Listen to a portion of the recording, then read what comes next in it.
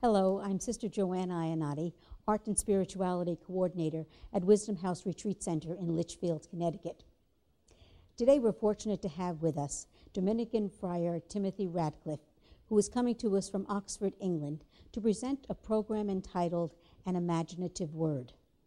The program is part of our Exploring Catholic Culture series, which is co-sponsored by the Center for Catholic Studies at Fairfield University. And today I've asked Father Timothy if he would reflect on the power of imagination. We all have imagination, but we don't always tap into it.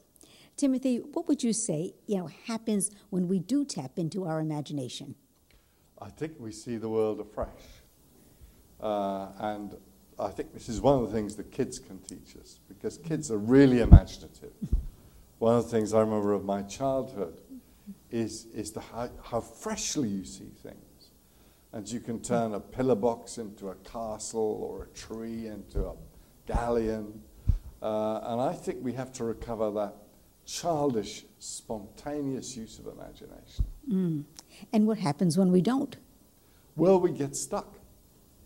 We get stuck in the same old, boring world. And God always surprises us, you see.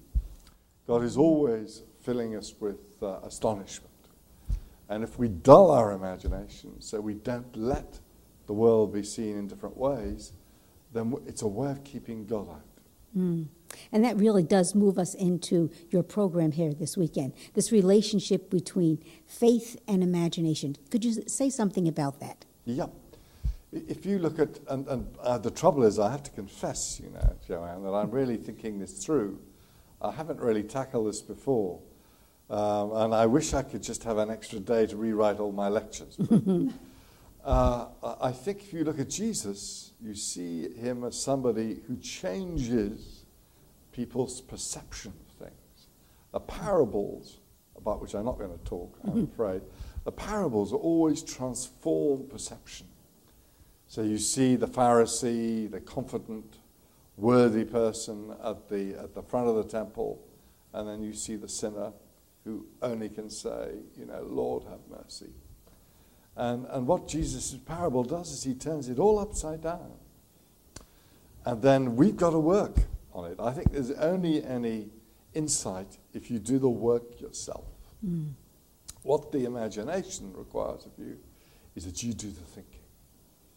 And that's what Jesus is always doing. He's puzzling people, he's provoking them so that they then have to try to make sense of it.